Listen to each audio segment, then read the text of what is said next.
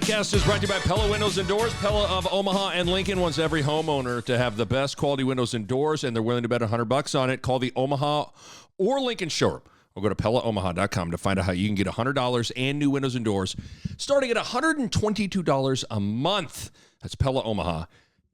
And we're brought to you by the Brickway Cut Spike Lucky Bucket family. Great brewery, great distillery. We're huge into the bourbons. In fact, yesterday I had to have a Brickway Pilsner after the game to celebrate what was a Nebraska victory, which we will break down on this pod. Check them out in the Omaha La Vista area, 4 blocks south, 120th and Giles. Make sure you check them out. And we're brought to you by Peerless Energy Systems, the Sullair authorized distributor for Nebraska and Iowa. Sullair is the leading American manufacturer for air compressors. For any and all air compressor needs, go to peerlessenergy.com.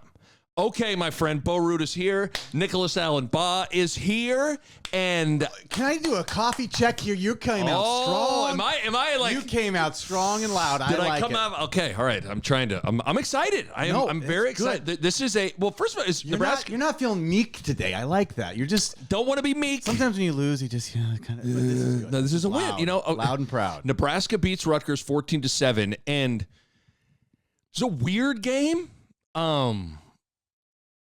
Bizarre weather, like 95, 40-mile-an-hour gusts coming from the north and the south. Like it swirled, it changed. It was just had crazy special teams plays. Neither offense really got on track. Felt like Nebraska controlled a lot of the game, yet it was close at the end. Just it was a very odd game. Yeah, I mean, if you were to describe that game from an offensive point of view, it was ugly. It was as ugly as, on both sides. It was just ugly, right? Ugly offensive game, but I would give even Rutgers some credit, like a very good defensive game. It was a nice job by both defenses, really, for playing good football and being very aware of what of the situations and both doing a good job. But obviously, we came out on top and okay, so we're doing the old-fashioned way instead of like the 14 plays that told the tale of the Rutgers-Nebraska game. No. By Bill Simmons. No. Yeah. We're talking defense, we're going to talk offense, we're going to talk special teams. I'm going to hand out not one but 2 game balls. I got 2 of them. I got 2 of them to hand out to some people at the end of this thing. I know one who you're giving it to, and I would agree. You don't even have to tell me who it is, but I know you so well and what you like. Sometimes you got to fight the mic. You know what I'm saying? Yeah, you do. Okay.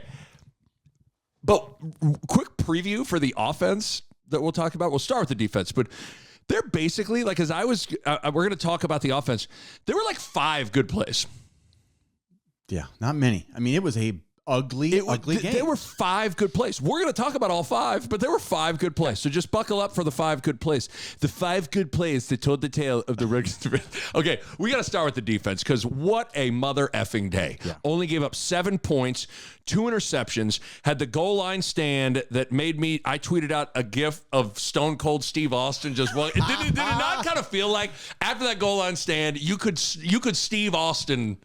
Right? What a stand that was. Incredible. But so I'll keep going. 4 sacks, 9 TFLs, 7 quarterback hurries, held Monagai to 78 yards rushing, held Rutgers to 2 of 14 on 3rd down and 2 of 6 on 4th down. That's big. Just a great day for the defense. I want to start with the rush defense, because to me that's what the game came down to. That Monagai, Big Ten leading rushing a year ago, comes in. I think he was 5th nationally in rushing yards. They had to stop him, and they did. But what was weird in the first quarter, Nebraska couldn't tackle him. Yeah, he sort of diced us up to start the game. I mean, he's a good player. If you see the way he moves and he runs, he's like a ball of muscle, but he's got a nice feel. He starts out the game. He kind of shook Gifford.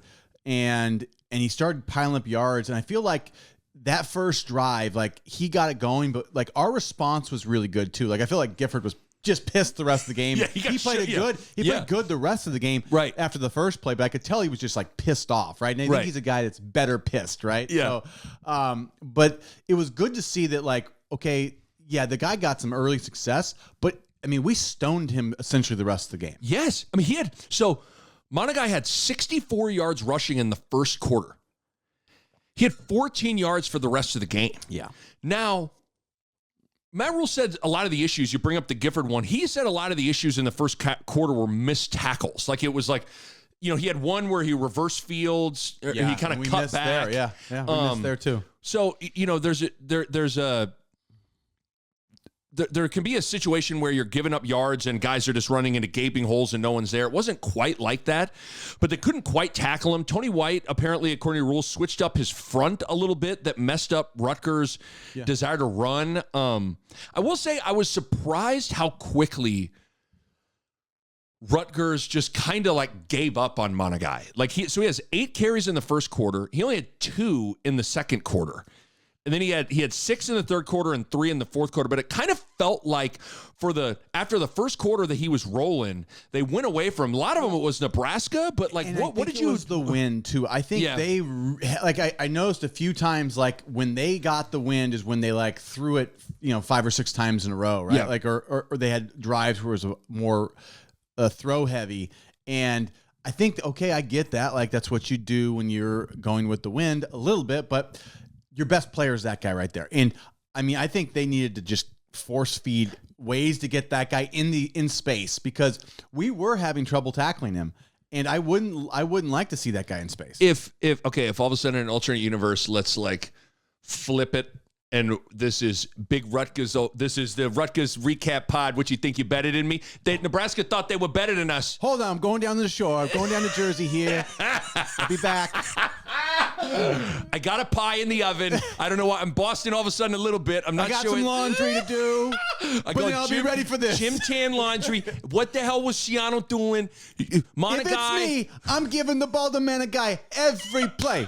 Monagai looked like Tiki Baba. He looked like Tiki Baba, and we just go away from him. Nick, I got a question. What was he thinking? What was he thinking? He thinks he's smarter than everybody? I don't get it. But I really don't. He had...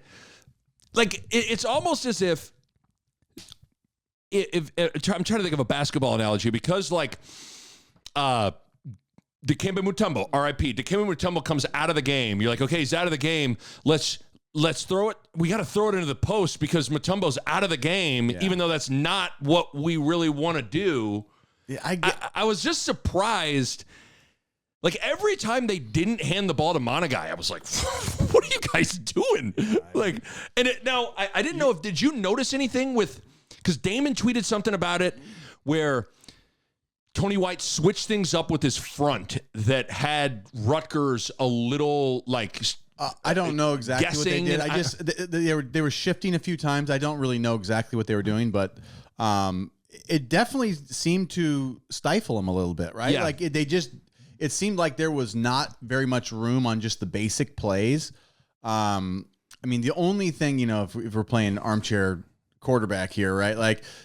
Finding ways to get that guy the ball on screens or whatever you got to do to get him the ball, that they maybe just needed to find another way to get it to him that just got him the ball in space. Yeah, get him more touches. But either way, you do have to hand it, because I was confused by it. But so if people know, when I watch the game, I'm charting every play. I'm writing what happened on every play on every drive because it helps when you go back. You're like, okay, what happened here? Yeah. And I went through all of the Monagai runs after the first quarter, and you know what? His ass was kind of getting stoned. Yeah. So I sit here and it's Tony and Tony here on Big Rutgers recap here, brought to you by Tony's Pizzeria. Tony's my uncle. Tony's my brother. Tony's my other brother. Tony's my cousin. He lives on 26th Street. Live from the shore, of course. We're gonna be we'll be going all night as usual. That's how we do it here.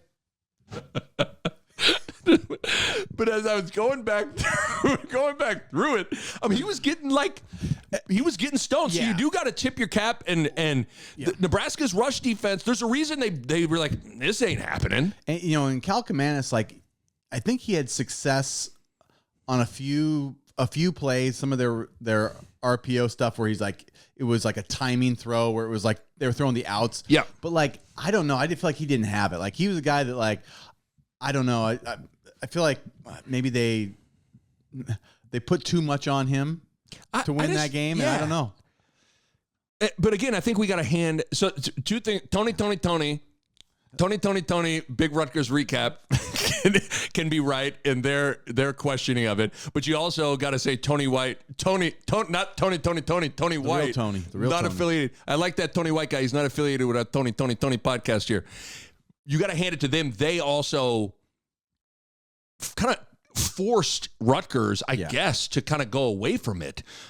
Just was interesting to me as I was watching it unfold. To go for 64 yards, 6-4 in the first quarter, and then finish with 78. I was like, oh, I'm not gonna lie. After that first quarter, I was like, oh no, if they can't tackle Monagai, is he gonna have 250 yards rushing? Like, what is gonna happen here? But you did, as that game wore on, it felt like dudes like the Polar Bear. I thought this was the best game the Polar Bear had all season. Yeah. Ty was big. Those two guys inside just starting wreaking havoc and forced Greg Schiano, I guess, to really go and try and rely on Calcamanis. But make no mistake about it, the stopping Monagai was the game, because how Rutgers wants to play is they want to get up 14-0 and then just kind of like sit on the ball. Yeah, and I would say they want to control time of possession, and we actually edged them out. Time possession, which seems hard to believe. Minutes, 28 minutes, which we haven't. I think except for maybe one game, it's been roughly close all year. Been pretty good at that. I think Rutgers is a team, though, they really want to hold it. Yeah. Next thing I want to talk about is the goal line stand, because it felt like that was the defining sequence of the game and maybe the season, depending on how the rest of the year goes. Yeah.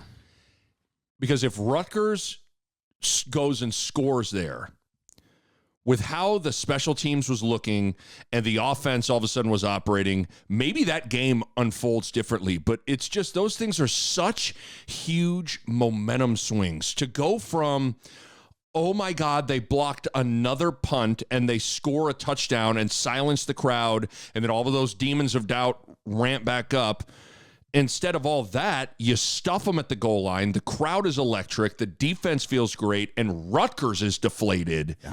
Like, that's just a huge sequence. There's a bunch of amazing things in that. Underrated. Borkature hustling to get the guy down on the 1 or 2 yard line. I find those plays always get overlooked, and those are the plays in the moment I literally said, good hustle, you got him down. Yes. Because that's an easy one that I don't know what it is. Sometimes people just it's sort of in the moment. You sell out to tackle a guy at the 1. And it seems like maybe that's not a big deal until you realize, we just stopped them. We make the goal line stand, and that was the play. Is as big as a play as Polar Bear or you name it, right? Yes. Couldn't agree more. I thought at the time, I'm not going to lie, when he didn't get in, there was a part of me that said in my head, they needed to get in there. You need to get in. They needed to score there. Yeah. If I'm not going to, last time we go to the Tony, they're probably that guy needed to score there. You score there, don't even try to, that's what needed to happen though. Yeah. And so it was boa constrictor that got him. I think so. He hissed up, got him down at the 1. That was fantastic. I thought, though, there are two things. Sometimes as a linebacker, it might have been on second down. Monagai comes hammering up the middle. Bullock got trucked, but he didn't get in. So you got to hand it. I'm actually surprised they didn't let that go to review. I thought he got in. I thought he got in too, but there was a quote after the game from Schiano that apparently they looked at it. The refs told Schiano they looked at it and he didn't get in. But I thought that was really, man. I tell you what, he didn't get in. It was, it was one of the pepperoni. It was there by a pepperoni, by a Tony pepperoni slice. Me? We got the thinnest Schiano, slices on the sauce. You gotta go get in that ref's ear, Schiano. They're screwing you, Schiano, and you're just taking it. Why did Schiano have a walkie-talkie? So they do it in the shore, Nick. You can't trust any of these cell phones. Schiano had a headset and a walkie-talkie. You can't trust these cell phones. They got us. They're bugging us. They're bugging us. They got a headset bugged. How do you think they got Capone? How'd they get Gotti? Cell phones. You know it. But I thought he got in, but Bullock got trucked, but he stood in the. I mean, you sometimes got to go in there and kind of get trucked. I mean, he struck him. It's just like, man, a guy won. Yeah. But he didn't get in. He didn't get in. Right. But the biggest Deshaun Singleton's play. Yeah. Like I get like that is just like I would think as like a defensive coordinator, a defensive backs coach, that is a guy knows his job, knows his keys, knows what he's doing, and just lets it rip. Well, and let's preface this. Let's preface this, right? It was the boot cross action. He comes all the way across, screaming down, smacks his guy.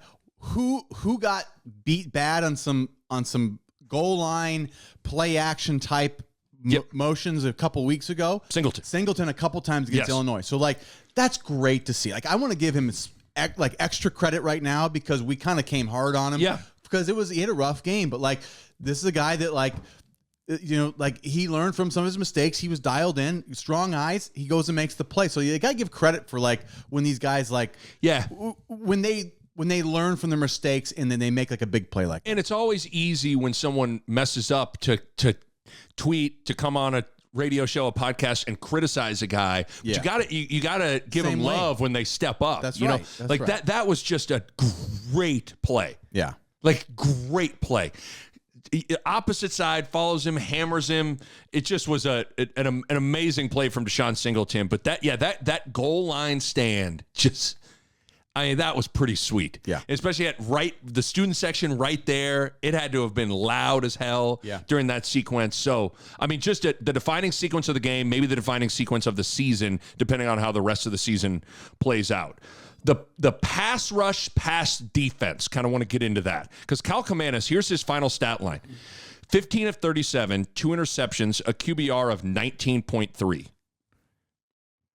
That's not good. That is not good. No. Not good at all. The defensive line, whether it's stopping the run or that pass rush, all of a sudden coming back to life, they dominated the game. Yeah. I thought Ty and the Polar Bear were great, but it's the fact that we're almost 20 minutes into this thing and we haven't talked about Dr. James Williams. Dr. James Williams. I thought he had 3 sacks. They gave him 2, but I mean, that last one was a hurry, I think. So his final stat line, 5 tackles, 2 sacks, 2 TFLs, 2 QB hurries, and one of which should have basically been. And he had a couple of those big like chase down tackles past the line of scrimmage, I thought, that were, you know, it kept the QB from getting first downs. Like those were some big plays where his speed was a big part of that. But okay, we need to talk about this guy.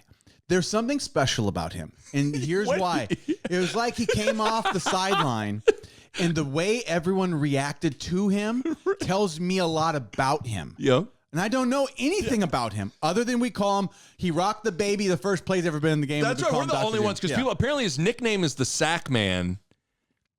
We're sticking with Dr. James Williams. Dr. James Because Williams. for people that don't know, it was last year, was it the Northwestern game maybe? Yeah. Like, who is this guy? He comes in, has never played a snap, comes in, sacks a guy, and has the confidence and the audacity to rock the baby. I think it was like his first play. First play. Imagine first play, big time Division I college football. Yeah. You make a play and you have you go right into like, I've been there, done that. I'm rocking the baby, and now he's into the LeBron silencer. Yeah, he's doing the floor press. Yes, he's into that. But we're sticking with Dr. James Williams. We need to get somebody to get to him and be like, hey, if you would start rocking the baby again, like you're going to get a lot of airtime on the Nick Bob podcast. You're going to get a lot of airtime. I want him in like all that, like it's Dr. James Williams, like sleep sacks, Dr. James Williams binkies. Like it's like he could have a huge. I told you he's the NIL deal with Brian Health. Like he's the doctor. He's the. I'm telling you. But what was weird watching his post-game press conference. He's an amazing story. I mean, he comes to a postgraduate tryout camp. Yeah. Last summer, Rule and Terrence Knighton see this guy and they invite him to walk on. They like him. And according to what he was talking about in the post-game press conference, it sounds like he's got a rough family situation. He basically made it sound like he's got no family except for his girlfriend and Terrence Knighton, who he didn't say he's not just a father figure, he's basically my father, said he hung with me when it sounds like Dr. James Williams was missing meetings and late to things. Nick, you can tell. You know what's funny is like I've never heard him talk, so I didn't get to see him speak. I've never seen it. Like even all I've seen is just in his uniform. But like you could read between the lines with the paper. Where like when they talk about him, they're like the only one that can stop James is James. Yes, which is like he must be a special character because I do think he must come from a rough place and. But you saw the way people react to him. There must be something about him, though. They must really like him, and he must have that like kind of that thing though that you root for him, right? Yes, everybody's rooting for him, and he's got kind of a unique talent. We've all played with guys. I'm sure you could think of a couple of guys that they are. For some reason, there's guys that maybe are late to things or don't do their job, and you're like mad at them. And then there's guys that you're like, you want like, come on, man, figure it out, because we like, know you got something special. You're a good kid. You're at your heart, in your heart, you're a great guy, and we love having you around, and we think you can help us like figure it out. Yeah. You know, it's weird on how. You can fall into one or two buckets there, and you can tell that the whole team. They react to him. They really react to him. They were pumped. They were pumped for him. And he's clearly got a lot of charisma. You know, we joke about but just all that stuff. He's got some personality to him. Well, I think he's shown he has some actual like real talent. Like that's what I was gonna say too. He was incorporating a spin move that he pulled a couple times that got him sacks. Like the move got him to the sack because he's been just Mr. Speed rush on the edge guy. Like that's his only move. And what's so unique about him though is like he is probably 20 pounds and another year of like dialing in football skills and knowledge before he's really like where he needs to be. But like he just basically won us that game in the fourth quarter. Like he made all the plays that needed to be made. Like we can say whatever we want. Like he was out there in the crunch time. He was our starting rush end.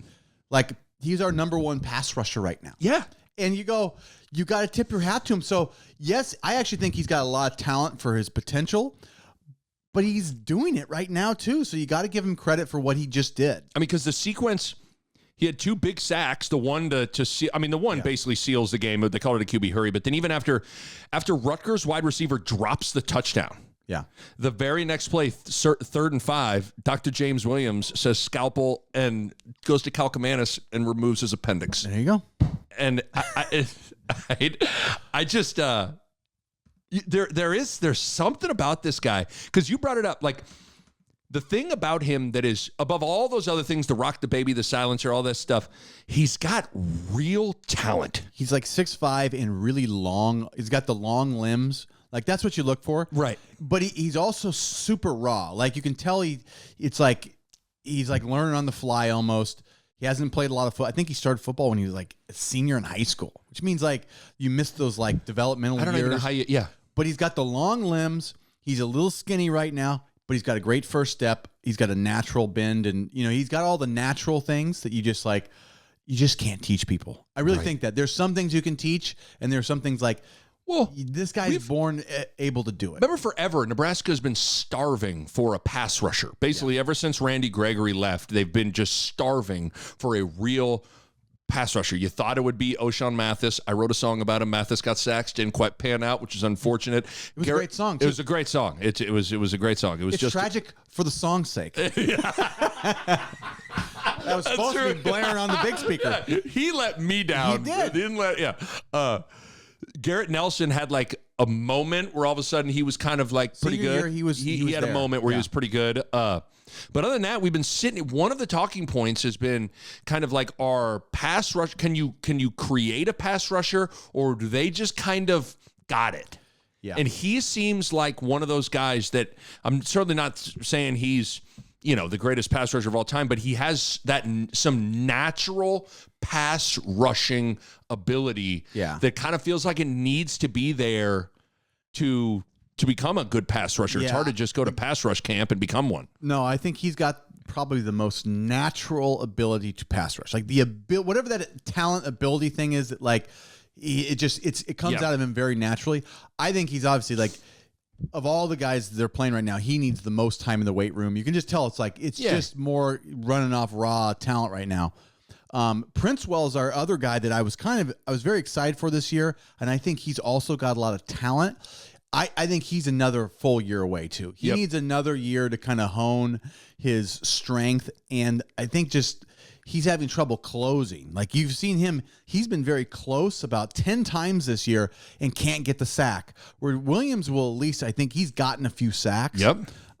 So whatever it is, Princewell is close but not quite there. Williams is getting there but needs about 20 pounds and some more honing to be elite.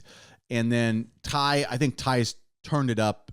He's had a good stretch here this year in terms of his true just pass rush game.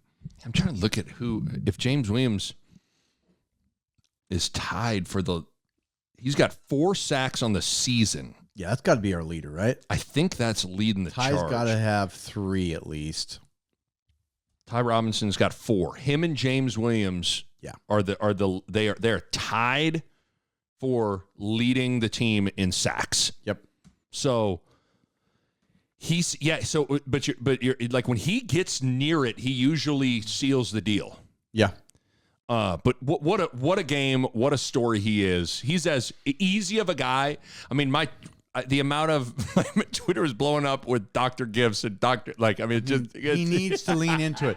Someone needs to explain it. I bet he doesn't even know, but he has no idea because it's just from because he rocked the baby. We created from that one move, we created him into being a doctor. Does he understand? All he needs to do is rock that baby one more time. No more for of this. Us. We don't rock the baby one more time. One more time, please do it. A couple other things with the defense.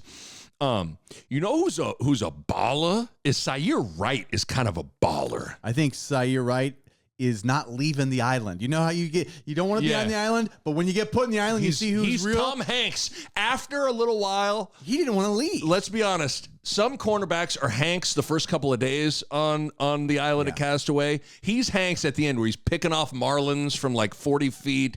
Yeah. He's making fire like it's no prob.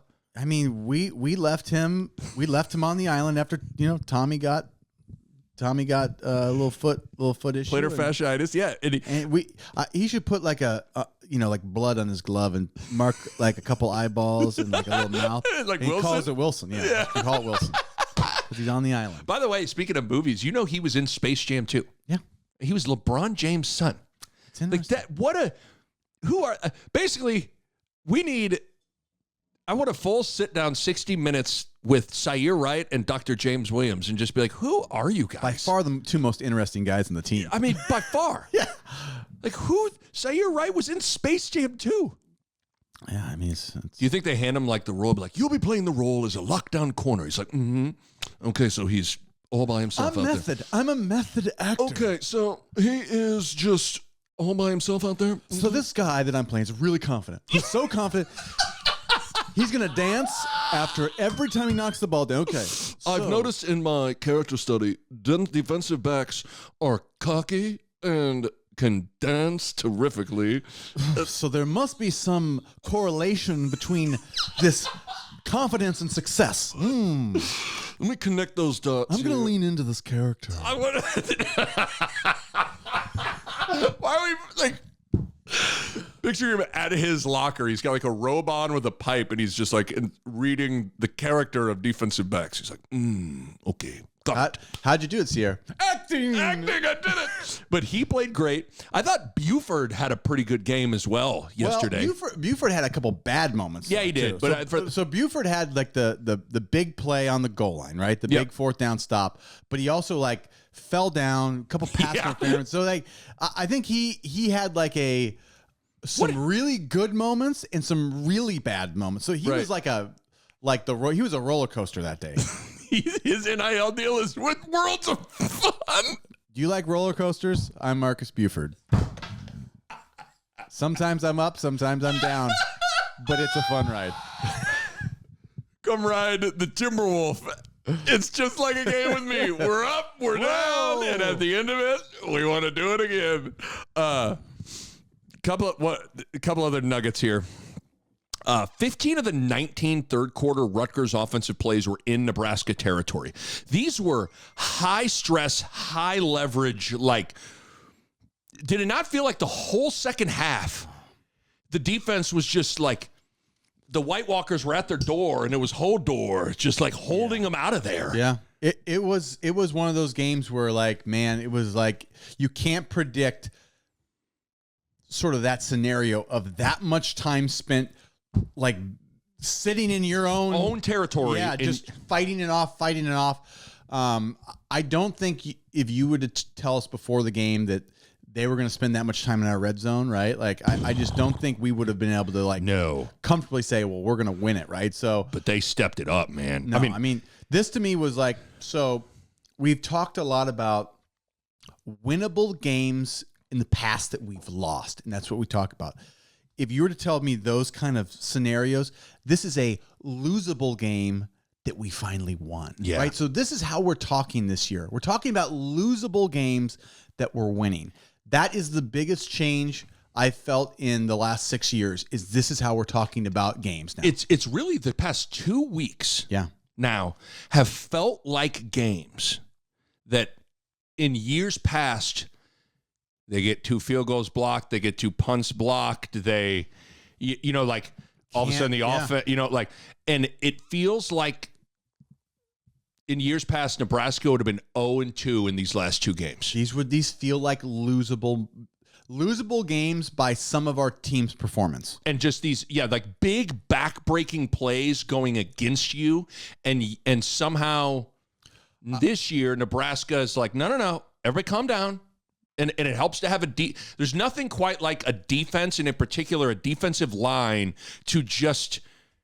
it's like great bouncers at the club. I mean, they're going to keep it. They're going to keep the club ain't going to get too rowdy. Yeah, I mean, they control things, right? So I'm Googling. Oh, he's Googled, folks, buckle up. There's this thing called Google. He's Googled it. What are you odds Googling? Of winning a game if you get 2 punts blocked. Do you think Google's got an answer for it?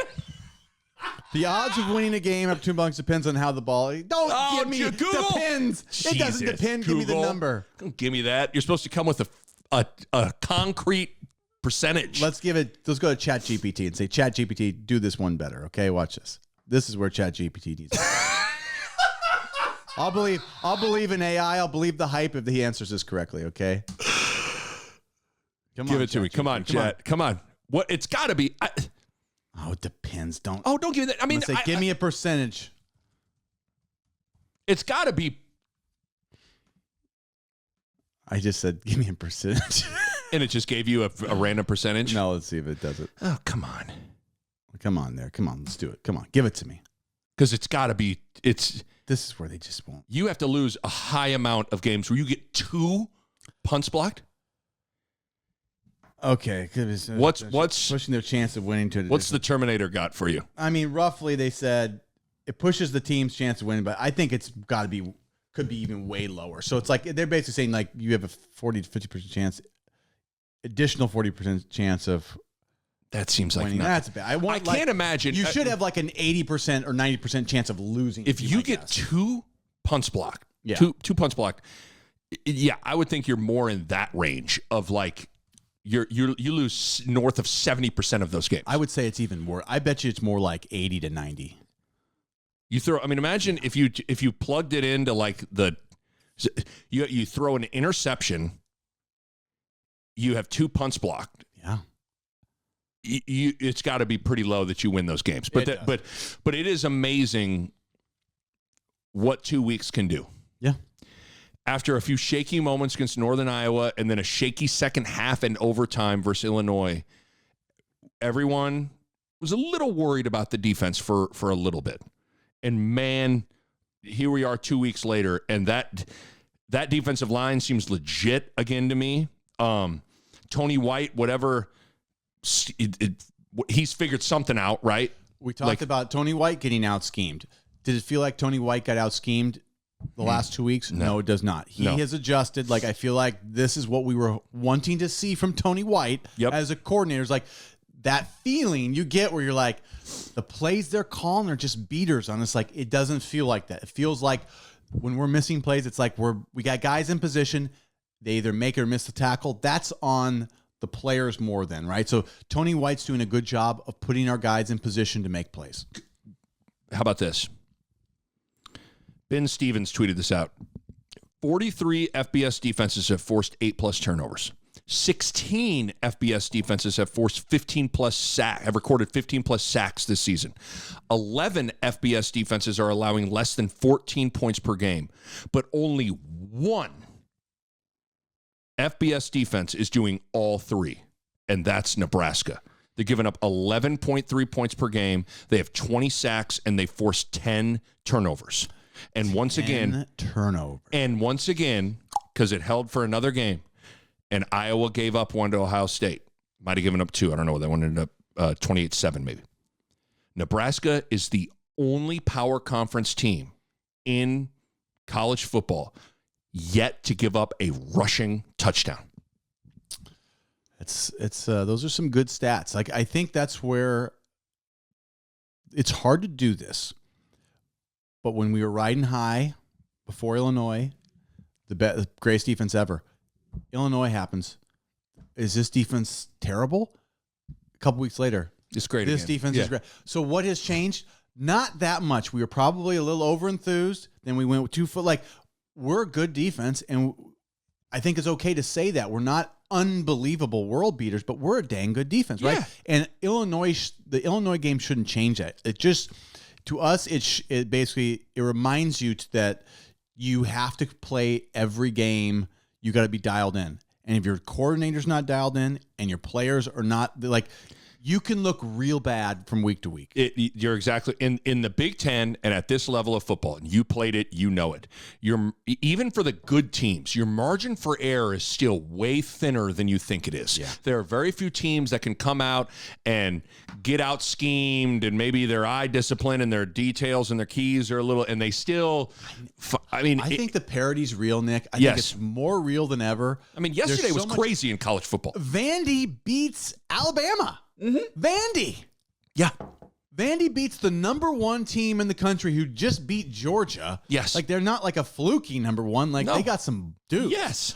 And, I mean, I didn't get to see the game. I saw the highlights, but I thought to myself, like, did you actually get to watch No, that? I watched the end. When it was getting close at the end, I tried to pull it up. But man, like, to tell you what, like, they got up early. They got up big early. And, but I think game, that's a case in point of just the larger scope of college football, where, like, you know, the difference sometimes between wins and losses, or a good season and a bad season, or a good performance or a bad performance, or just, it's thinner than you think it is. And it just felt like that Illinois loss sharpened this defense, though. Like, they felt like they've been on a mission here. Yeah, the last 2 weeks. Now, I will say the next 2 weeks they're about to get tested. Yeah. Indiana's undefeated. Indiana's got a top 20 scoring offense or whatever. I mean, they're hanging numbers on people. And then you got to go to Ohio State. And I mean, we know what Ohio State's talent is.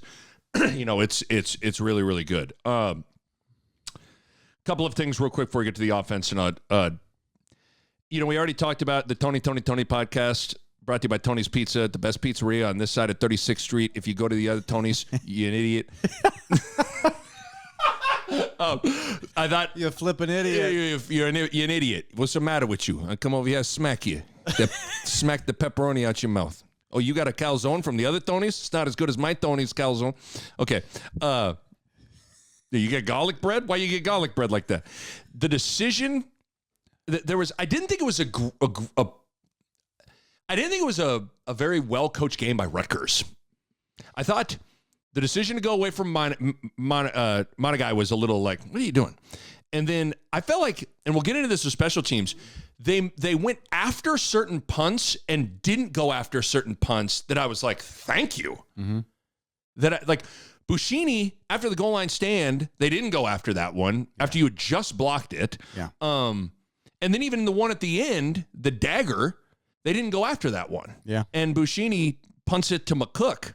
But he also, he threw one on him before that. Yeah. So, that was a factor, and then they had to. True. I think they were bringing their corners in for the block. Right. That's why we went after him, because they were like cheating. Yeah, they were cheating in there. But I just thought on Tony's podcast, I know that they're going to be talking about how they didn't like what great. What's Ciano doing on his special teams, Also, it was a big break that wide receiver dropped that touchdown. Because that would have I went and looked. That was with like a little over 10 minutes left in the game. Yeah, that's a whole different set of pressure on us. Then because they ended up scoring with 4 minutes left. There's a big difference in the game when you have 10 minutes left and you cut it to one score versus 4 minutes left. It felt like if you would have put I know this sounds bad, if you'd have put 6 more minutes on the clock, Rutgers would have found a way to Nick, tie the game. Just because the offense, and we'll get to that in a second, the offense just went into the tank. I mean, we're talking, we're kind of talking about the special teams right now, but they fake a field goal. Yeah. Which some people like the call, and it's it is what it is. When you go back, when Rutgers plays the if game, when they play the if game, they're going to say, if we just take the points, right? The guy doinks one off the upright. So that's 6 right there. They drop a touchdown. That's 13. And they get goal line standed. Borkature, right? You start going through those things. This is an if game that Rutgers right now. Tony. They need to go to the if Alcoholics Anonymous. Tony. I'm here to tell you, don't do it, okay? Don't do that. Take it from us. Hey, we're ifaholics. We're recovering ifaholics. We could be iffing all next week. We know how to. Yeah. Oh yeah. But nevertheless, there were a lot of ifs. They had a bunch of ifs. That was a game that they probably had 20 legit points, and we had 14, and that's all we were going to get. You know what I'm saying? There's no ifs. We had 14 points, and that was all we were going to get. They had 20 easy that they could have ifed their way to. But didn't happen. Tony. I kind of want to listen to the Tony podcast right now. Be pretty good. Okay, speaking of the offense, we're going to get to them here right after I tell you about Pella Windows and Doors, because I love it when people come to me, especially the Tony podcast, like, hey, saw you on the Pella commercial. I was making a pie, and I saw you, and I thought, hey, there's Nikki. The local team at Pella Windows and Doors are the best around. Debbie and Vince and the crew helped me find the perfect fit for our home during our free in-home consultation. The local showroom is fantastic. It's one thing to look at a magazine and you're like, do you like this window or that window? You get to actually feel it and hold it to know that you're going to get the perfect choice for your home. The installation experts were great. They left our house cleaner than when they found it. Call the Omaha or Lincoln showroom. Go to PellaOmaha.com to find out how you can get $100 and new windows and doors starting at $122 a month. It's PellaOmaha.com. And the Nick Bob podcast is brought to you by Brickway Cut Spike Lucky Bucket Family. Bo Ruud, huge fan of the bourbon. I after Nebraska won that game, I was just in my basement. I had got some Brickway Pilsners dropped off at my house, and I was like, you know what time it is? It's time to crush a couple of Brickway Pilsners. And I got to tell you, they went down extra smooth after a Husker victory. But you need to check them out, man. Cut Spike just relaunched 4 new whiskeys, a new American single malt, 6-year bourbon, an FDN finish, and peated whiskey. It is tons of good stuff. So check them out in the Omaha La Vista area, 4 blocks south, 120th and Giles. Make sure you check out the Brickway Cut Spike Lucky Bucket family. And we're brought to you by Peerless Energy Systems. The owner, Ed McMorrow, who's watching the 98 Orange Bowl, wide receiver, Tennessee Vols, Peerless Price, was on the sidelines getting interviewed. They asked about his name. He said it meant without equal. Boom. Stuck with Ed.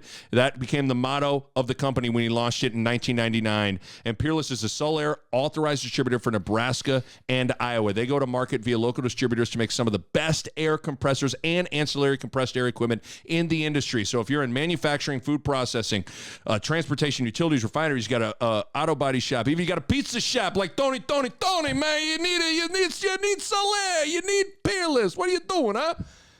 For any and all air compressor needs, go to peerlessenergies.com. Peerlessenergy.com. I need to put to bed the Tony. Well, okay, so let's talk about it. I was just thinking, we started talking about Jersey, and we went, I think, too Italian, maybe?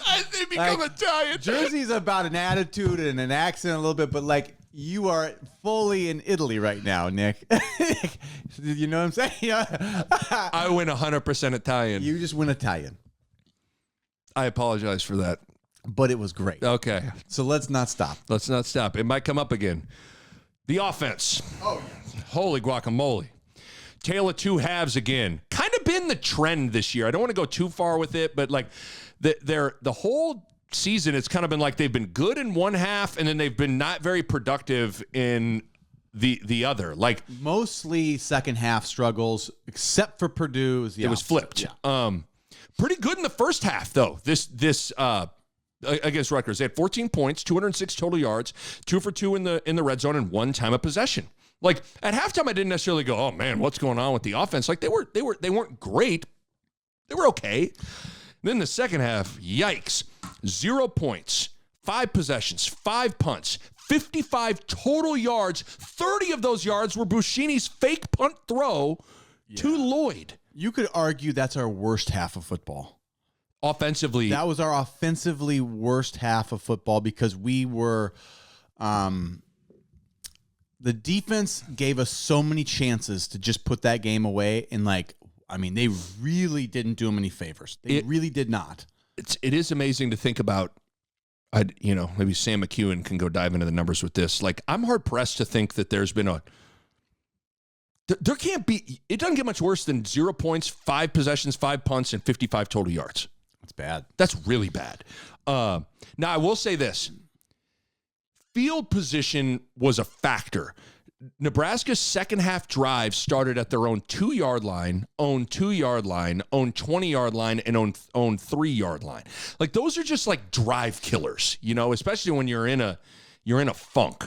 But let's go to the first half, and it was good. I told you there was like 5 good plays. Yeah. Here they are. They were all in the first half, okay? Yeah. Second drive of the game. Dylan had great protection. You could tell went through his progressions. He went from Sub-Zero to Scorpion. He then went to what's the other one? Johnny Cage. Johnny Cage, yeah. And then he knew it was Raiden time. And he threw it was a great pass to Raiden because he really was. I'm always amazed with Dylan at times, and even these wide receivers. These guys aren't necessarily like open all the time. And he just knows where to put the ball when defenders have their back turned, and Barney made a good adjustment, just a great play, 28-yard gain, okay? The very next play might have been the best play call, play design, and execution of it from Satterfield in a while. It was great. It was the fake ISO, fake reverse screen to Ramir. Yeah. Where they brought Raiden around, and everybody got attracted to the volt of electricity that went to the sideline, and then Michael Myers came screaming down with it. But Dylan's little sidearm, baseball, underneath the guy. It was almost like down low. That was beautiful. It was like a pick and roll pocket pass or something. Yeah. It was incredible. Yeah, you almost had to go under versus over. It was amazing. Cool. And then some big O lineman was out there just looking for a pancake. And Michael Myers, a.k.a. Ramir Johnson, goes 36. It was a 36-yard gain that eventually leads to the Dowdell touchdown. Yeah. Then that's the second good play. Third good play was a long pass to Jamal Banks for 31 yards. Something Dylan's really good at where and it's almost always to Banks where he gets it's either a deep post or a deep cross where he clearly gets kind of in between the backers and the DBs, and he dropped it on in there. Great throw. And then you had an 18-yard run by Ramir Johnson where Latovsky pulled. He did a good job kind of waiting for him and reading him. You did it all the time. Counter sweep guy at Lincoln Southeast. Had a good cutback, gets 18 yards. And then they run the inside reverse to Bonner for the touchdown. Those were the 5 that basically. That was a great play. You got to give Sat credit. Was in his bag on that one. That was a cool play. That was a scheme beater. Basically it froze their linebacker who was untouched and just was so froze that Bonner just took off. Well, on the two of the 5 big plays, Barney was kind of a decoy. Yeah. Because Barney on the inside reverse to Bonner, Barney's going in, and he did a zig motion. He went back, and you could tell everybody's just flowing with him. And then here comes Bonner on the inside reverse. I haven't talked to my dad. That was kind of like a Richie Baugh, those inside wing reverses. I love those plays. It's a nice little play sometimes. You got a lot of guys you got to worry about. Once you have to worry about Raiden, and you got to worry about the Ramir, or you got to worry about whoever. the guy that gets forgotten is a guy like Bonner, and he can run. He runs pretty good. Like, it was like he's not like a world beater, but he's good enough that if you aren't like someone's not keyed on him, like he can get you 20 yards for a touchdown. Yeah, because think about it from the defensive perspective. If I'm not mistaken, it was so Ramirez going to the left, Barney's being motioned to the right, and then Bonner kind of comes inside, and he ends up bouncing it. But think about that. You got a lot of things going a lot of different directions. Yeah, it was kind of like a double deke. Yes. Like a deke, like and then inside, boom. And then inside, yeah.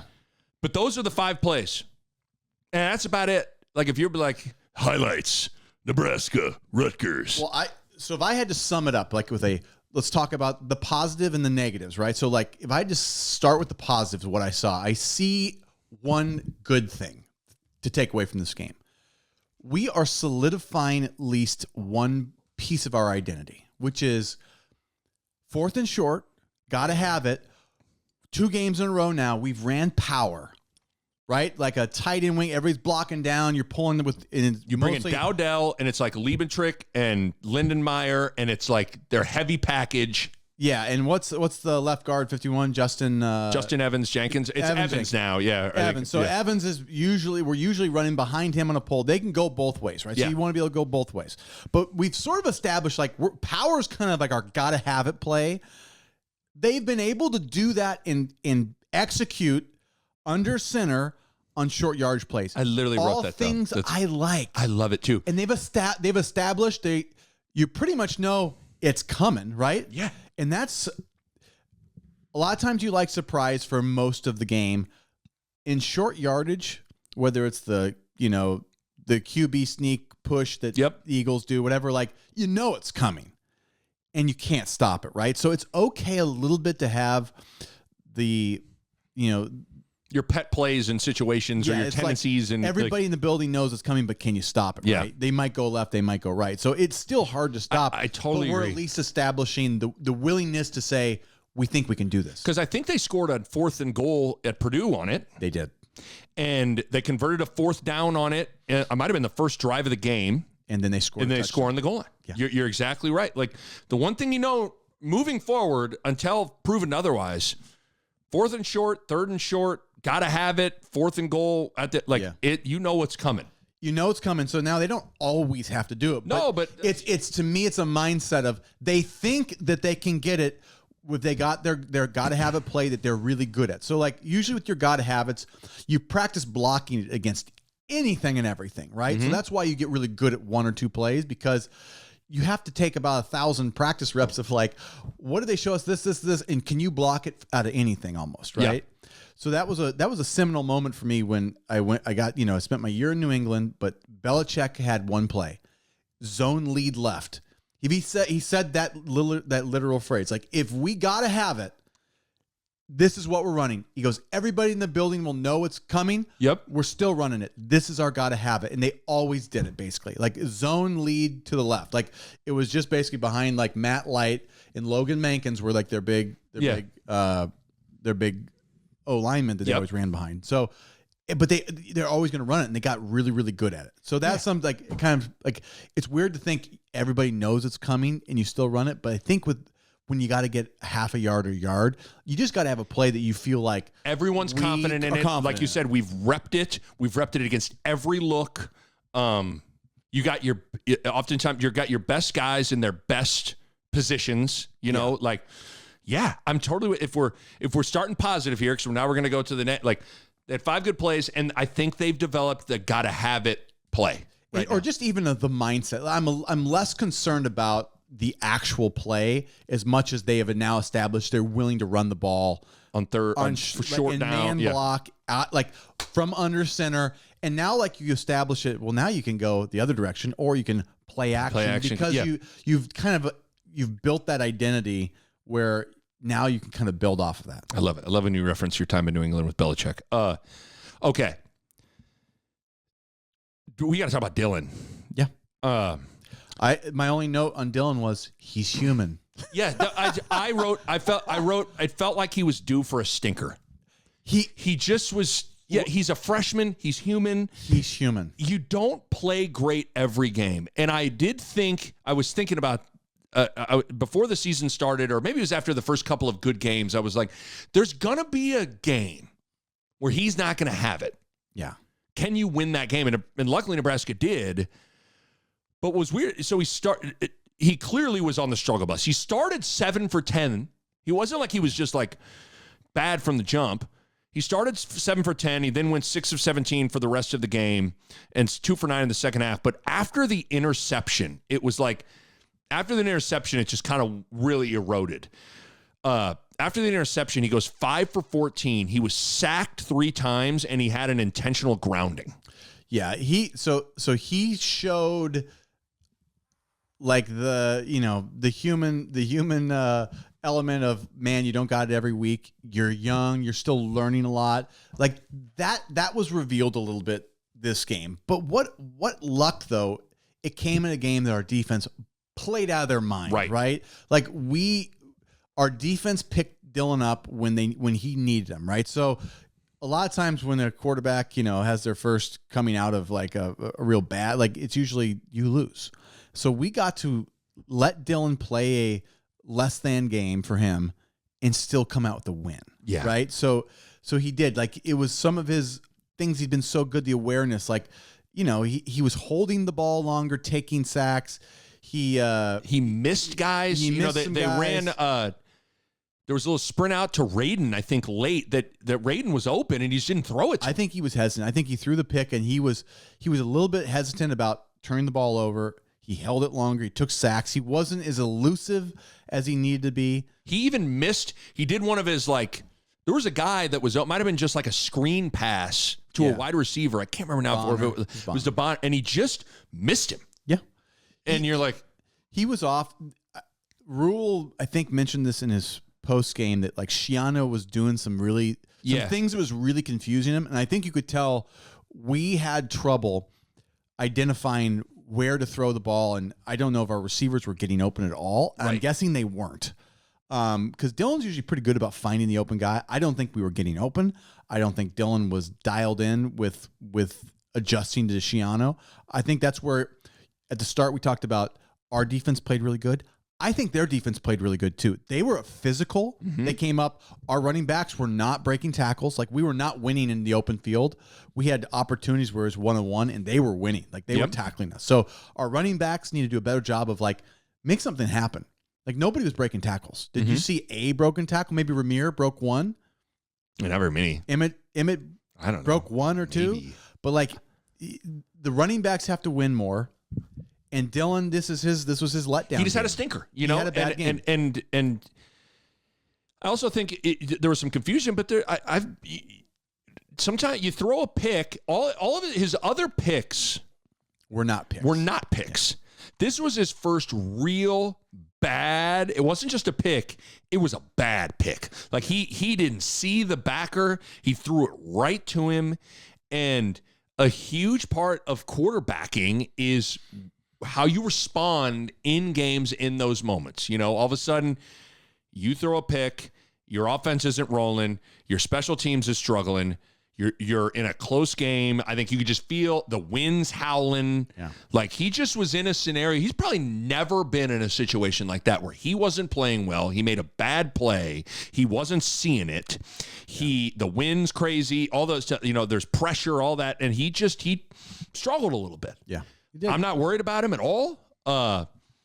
It's irrational to think someone's going to play at an A+ level for an entire season, especially as a true freshman. Yeah.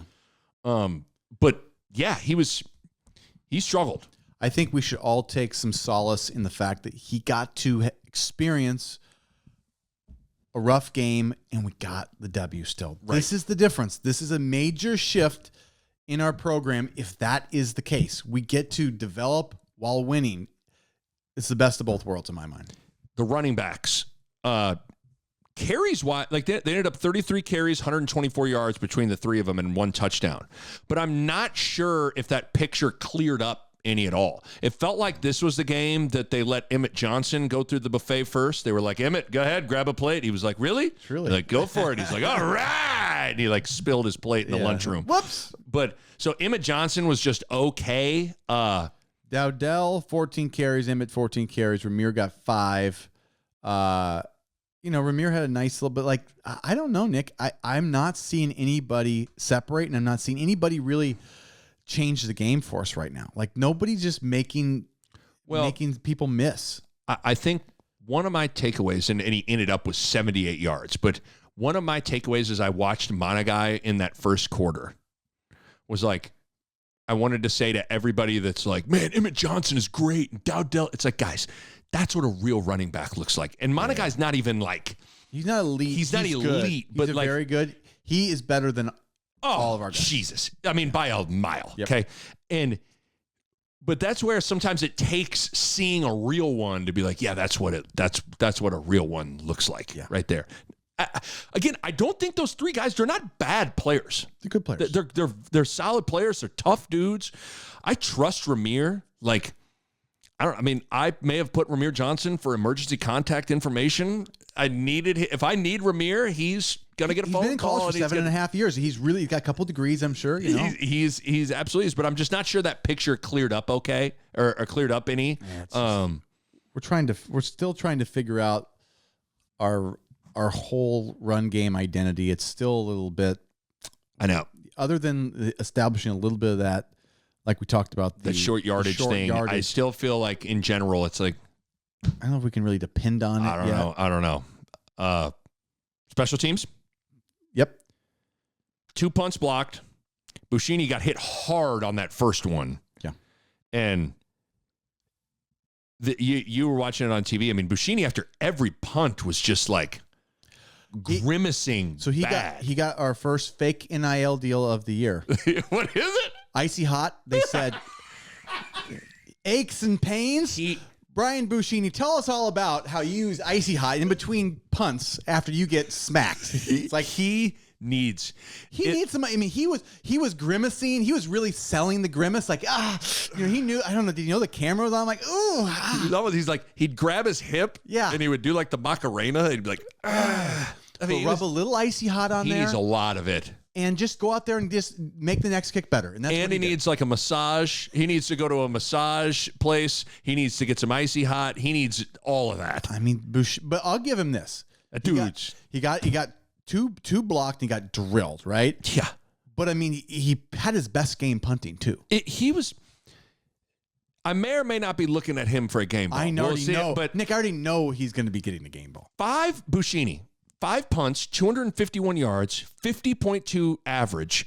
The fake punt throw to Lloyd was like a gorgeous throw. We needed it to. We needed to shake them off of their punt pinning their ears back. And sort of like it was a momentum shifter for us. And it's football's land acquisition. You gain some land. Yeah. And even though they went 3 and out after that, so they fake punt and they come out there and they 3 plays and have to punt again. You move the ball, and then Buschini pinned him inside the 5. There you go. How about were you listening? Buschini said they went to now you would know they went to the grass practice field at halftime and worked on that. At halftime did. Oh wow. Logistically, what's that like? So I got to go to their new facilities. Yeah, you installed it. Amazing. Yes. And here's one of the great things. Super convenient setup. Like everything is close now. So I can see how they go in the locker room and then they zip right out through the weight room to the grass. Like it's all set up to be very, very close now. Where in the old days was like, go to the Cook Pavilion. You were like walking through the snow for like, it felt like 2 miles. You're like, this is not convenient. Yeah. And it was just like you'd have to walk around things. It's all right there. So actually, I mean, they could get to the Hawks. They could get to, it's all set up really close. It looks great. It is. I wish someone could cook me meals and give me like, here's your chicken, here's your rice. The biggest takeaway from going to their facilities is they're so unbelievably nice. You do kind of go, it removes any doubt that's like, it's on you guys because you're given everything. Yeah. You have everything you need to win here. And now it's just, can you do it? Oh, God. But pretty cool. run to the grass practice field, and Buschini said they wanted to work on it, and they wanted to throw it in the direction, like into the wind, to get a feel for what it would be like. Yeah. And it pays off. And I mean, that's a great throw. And that looked like it had a tight spiral. It was just, good throw. Wow. Lloyd catches it. And then Buschini, the 69-yard punt ends the game. It really may have been the play of the game. Yes. It was close. It was really close. Other than the goal line stand, like probably the second most important, sequence was his punt. Couldn't agree more. I mean, that is a 69-yarder in defense. I thought, like, man, what is the Rutgers punt returner doing? Rule brought it up. Man, with that wind, Rule even said, like, I wouldn't want to try and catch that if I were him. But, I mean, it got it up in that wind tunnel, and that thing went flying. But it's amazing. You don't get to see it too often where a punter, and he referenced it. I think Brett Maher told him, like, you have a chance to, like, provide the dagger here before he went out there. And he provides the dagger. What a game, man. I think he's been really good. Oh, I just have a lot of trust in him. He seems to have a good leg, but he's been consistent. Like, he hasn't shanked one, I don't think, all year. I mean, he's penned people inside the 10 and the 5. He even is a good tackler. Like, we didn't ever talk about it last week. Remember when the kickoff to start the second half at Purdue, they run the, like, reverse on the kickoff return. They get it to, like, the 30, and Buschini comes and, like, lays the guy out. And you could see the sideline went nuts. But so he seems kind of like, some kickers are like, not the toughest guys in the world. They're like, no, don't touch me. He seems like he's got some toughness to him. But, okay, that's all the positive stuff. I mean, he got 2 kicks blocked. Again, like we said, luckily Boa Constrictor decided to get his constriction game right and not allow the one to get in, because you're lucky the second one wasn't returned for a touchdown. Yeah.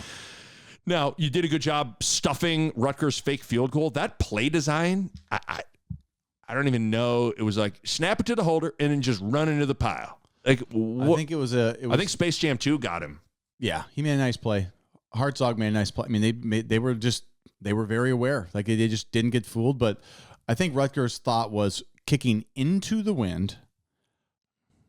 It was at a distance they didn't fully trust, and they must have seen something and thought, hey, this is a way to get some momentum and whatever. I mean, it's one of those risks you take. I mean, we can go to the Tony podcast and we can go through it if we need to. But I would say we don't hear more about it. Tony's going to have a whole breakdown. But, like, really, by Tony's Pizza on 36th Street. You take chance, like, you do your homework, and I totally trust Schiano in a way that, like, he did his homework and they were ready to take that chance. They had it ready to go. Yep, they worked on it all week, and you got to give it to Hartzog and Space Jam 2. Yeah, and they said, we see what we want, we're going to go for it, and it's just one of those risks you take that. I don't know. It's hard. It's hard to retrospectively say those bet. It's like, it's hard. I don't mind the fake. I just thought the play was just, I don't know the fake field goals are hard to do. Just kind of seemed like a play, but whatever.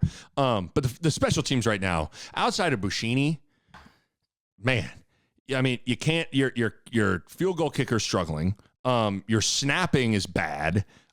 You've now had 5 kicks blocked on the season. You've had 3 punts blocked. You've had 2 field goals blocked. And guess what? You know this. People see that on film, and they are then like wild dogs smelling blood. You better believe Indiana, they're going to come after you. Yeah, we've given up some long kickoff returns. I mean, we have not been good on special teams. I would say Buschini has been good. Buschini's been good. And everything else has been subpar. I couldn't agree more. I mean, I don't know. We could sit here and talk more about special teams, but two quick things, or 2 things before we get to you learn something. I think I knew this. I knew roughing into the kicker. If the ball gets blocked, it's not roughing the kicker. Correct. Okay. I thought it was interesting. There's no targeting if you get pushed into the offensive player, because it looked like Nair it was Ramir maybe. When Ramir returned the one and went down. Yes. They said he got pushed into him. Okay, yeah. But then did you see, I thought Schiano was making a great argument. He was over there saying, like, because remember, there was a personal foul, late hit, and targeting. Yeah. The personal foul stayed, but the targeting got erased. And I think Schiano was sitting there going, like, hold on. If you're saying he got pushed into him, how is it a personal foul late hit too? I think those refs were like, We owe you a slice at Tony's Pizza. How about that? And Shiana was like, deal. That's a but good deal. It's always good to learn those. Make sure you bone up on knowing the specifics of those kinds of rules.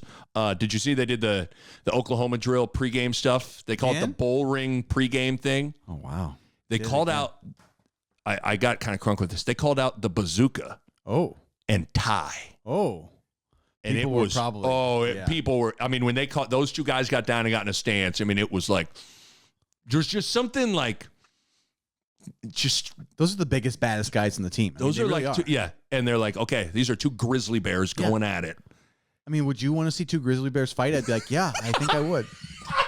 You're telling me I go out back right now and two grizzly bears are going to kind of wrestle? You're telling me and I can sit safely from safe distance and watch those grizzly bears kind of wrestle each other? I think I'm in for that. Sounds like a good time. That's so true. I kind of want to YouTube if I could circle up. If I could circle up, I mean, I'd let you pop me in the head if I could then go to my side and watch two grizzly bears go at it. All right, to wrap up, you got any game balls? Who you want me to hand out? Is this yours? You hand out yours, I'll hand out mine. We're handing out two. We're not going to do, what game did I hand out? Like seven? You handed out 7 to stop you. You were on your way to, I don't know how many, but you had handed out 7 game balls and you weren't done. I had to intervene. You remember somebody kind of, the ref in a boxing match where somebody's getting bludgeoned and the ref comes and goes, I was that ref, Nick, and you were the person getting bludgeoned. That's 7 game balls. You were on 7 going That's on really 8. Bad. Okay. First game ball. We're handing out 2. Okay. You got first. 2 seems legit. Yeah. You hand out the first. Brian Buschini. Don't win. I sincerely mean this when I say it. They don't win without him. Because not just the 5 punts, but the timing of them. Yep. The dagger final punt. The dagger final and the throw. Yes. That's big time. With an icy hot hip. Yes. I mean, a hip that's just aching. Yeah. He's got an aching hip. He's got an aching. Just Clay Aiken. He's got an aching hip. That was Brian Buschini with aching hip at number 4 on the top 100. But no doubt, Buschini and his aching hip. That was Brian Buschini's hit single. Don't hurt my hip, my Buschini aching hip.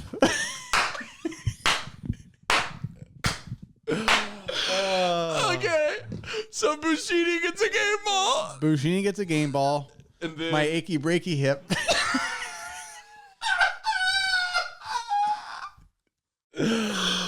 Okay.